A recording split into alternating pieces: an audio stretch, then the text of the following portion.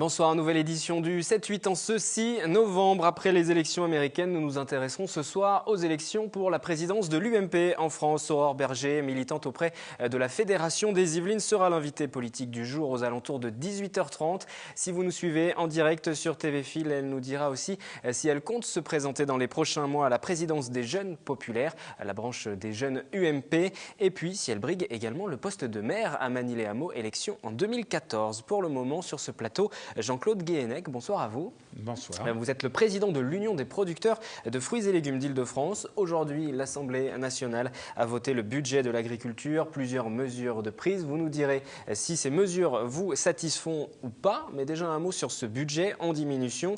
Les crédits pour le ministère de l'Agriculture qui va passer de 3,47 milliards à 3,1 milliards pour 2013. Votre avis sur cette diminution de budget? Est-ce que c'est un mauvais signe, un coup dur pour l'agriculture en France?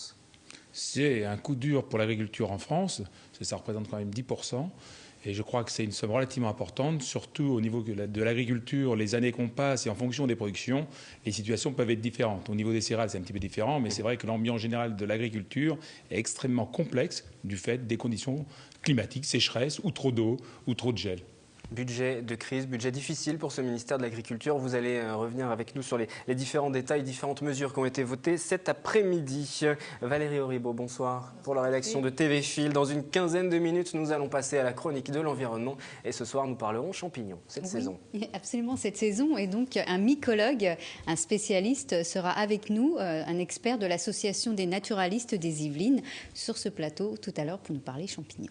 Et avec un peu de chance, il nous donnera des bons coins où dénicher les champignons. On sait qu'ils sont en général, qu'ils gardent leurs informations. On verra si on va réussir ou non à le convaincre, à nous donner ses bons plans.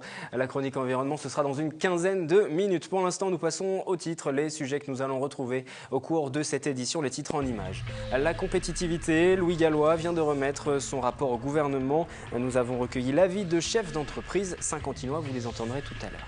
Une pétition pour dire non à la production d'agrocarburants industriels à l'initiative d'Artisans du Monde. Cela s'est déroulé à la Maison de l'Environnement à Manille-les-Hameaux. Si vous aimez les champignons et vous ne savez pas comment les choisir et où les cueillir, l'association des naturalistes des Yvelines organise des balades commentées, reportages et puis nous vous le disions aussi invités sur ce plateau tout à l'heure. Enfin, 3 musiciens de formation proposent en ce moment à la Verrière un conte musical, La Malle au sortilège, un voyage à la découverte d'instruments du monde entier. On passe pour l'instant à ce fait du jour et cette baisse des budgets, des crédits pour l'agriculture en France.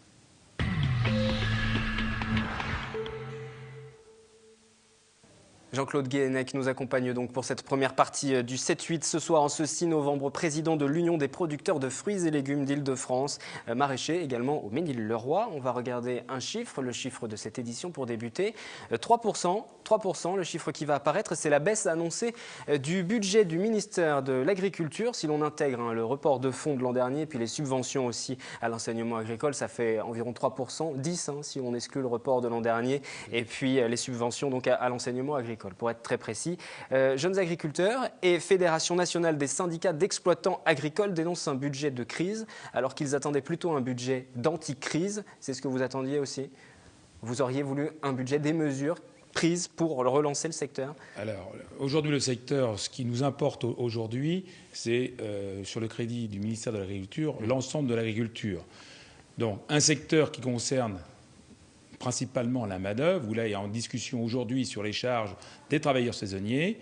Donc, le budget est rogné sur l'agriculture, mais nous, automatiquement, au niveau de nos charges de nos saisonniers, je sais que l'amendement a été voté cet après-midi, donc c'est l'assouplissement des charges sociales pour nos saisonniers. Ah, c'est le point précis. Là, voilà, ça, c'est le point précis, mais il y en a d'autres. Le plus, mais c'est effectivement, on va s'arrêter sur ce point justement. Alors, pour bien notre comprendre, secteur, c'est l'exonération de charges patronales qui était possible pour les emplois des travailleurs occasionnels et des demandeurs d'emploi. En d'autres termes, les saisonniers, comme vous les avez mentionnés. Donc maintenant, il n'y aura plus d'exonération. En tout cas, ce sera plus difficile de les obtenir. Et alors, ça va pénaliser votre secteur. Alors, pour l'instant, c'est supprimé. Je sais que le ministre et le Premier ministre, tout à l'heure, à l'Assemblée nationale cet après-midi, sont intervenus. Il y aura peut-être des aménagements. Mais il est clair qu'aujourd'hui, pour une entreprise, je dirais, du secteur spécialisé, où on emploie énormément de main-d'œuvre, pour nous, pour une exploitation type, ça peut nous coûter, par exploitation, aux alentours de 30 à 35 000 euros. Donc il y aura peut-être d'autres choses, mais pour l'instant, donc ça peut de plus, ça va coûter beaucoup plus cher pour employer maintenant la main-d'œuvre lorsque vous en avez besoin ponctuellement pour des récoltes, par exemple. Là, c'était justement pour les récoltes, le travail saisonnier, pour récolter les fruits en saison, d'employer des jeunes ou des saisonniers un petit peu plus, je dirais, 2 mois, 3 mois ou 4 mois. Et donc là, on n'a plus d'exonération de charges telle que c'était prévu par la loi. Et c'était, depuis une trentaine d'années, mis systématiquement en place, ça a été prorogé, et on a eu des rallonges supplémentaires, justement, pour pouvoir bénéficier. Pour la bonne et simple raison, c'est pour être compétitif par rapport à nos pays voisins.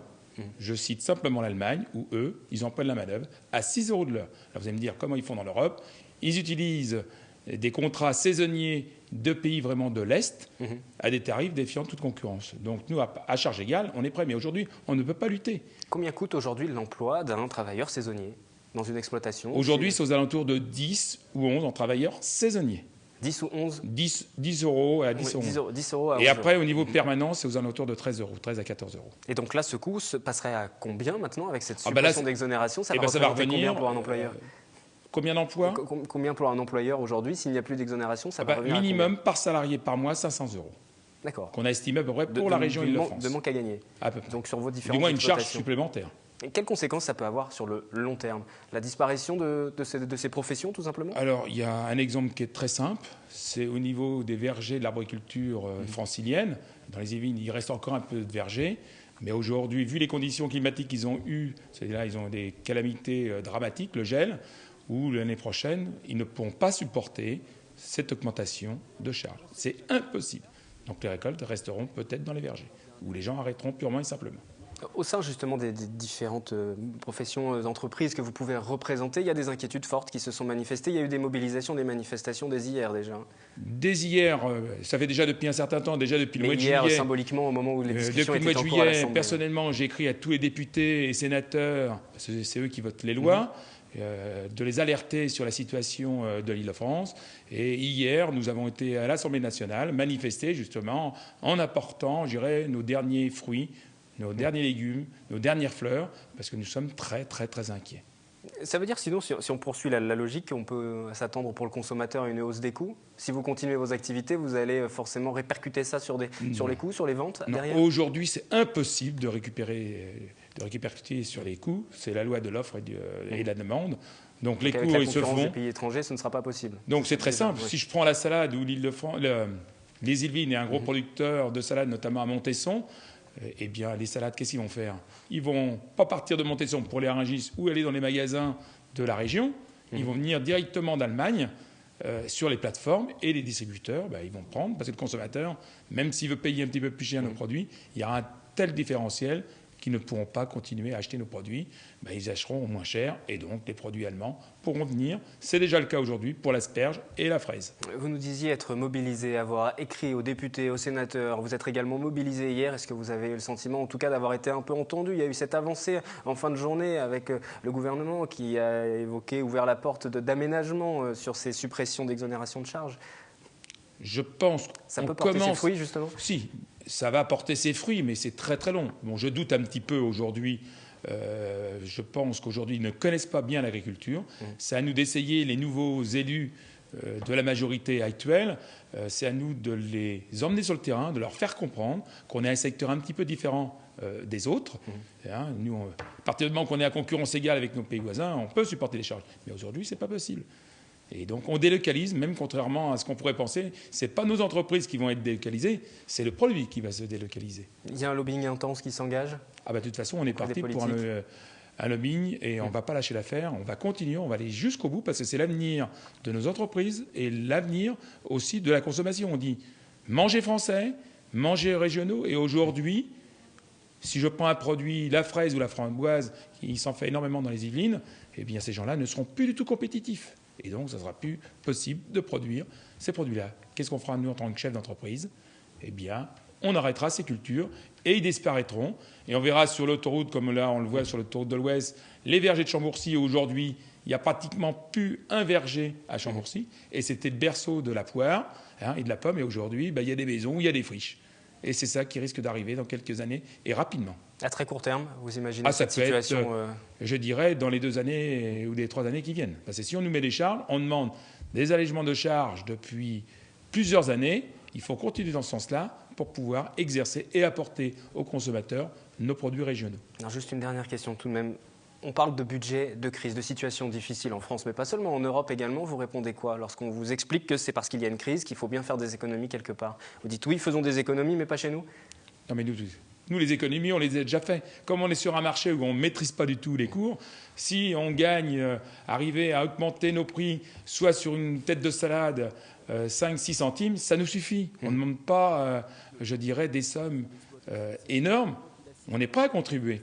Mais nous, de notre côté, le but, c'est de contribuer, je dirais, en se battant pour une diminution des charges, justement, pour embaucher des gens, pour éviter d'avoir du chômage, et justement de contribuer au redressement de la France. Nous, c'est dans ce schéma-là qu'on est parti. Merci donc pour ces réactions. Je vous propose de rester encore quelques instants. Je rappelais déjà budget en baisse pour les agriculteurs et puis ces inquiétudes que vous avez exprimées.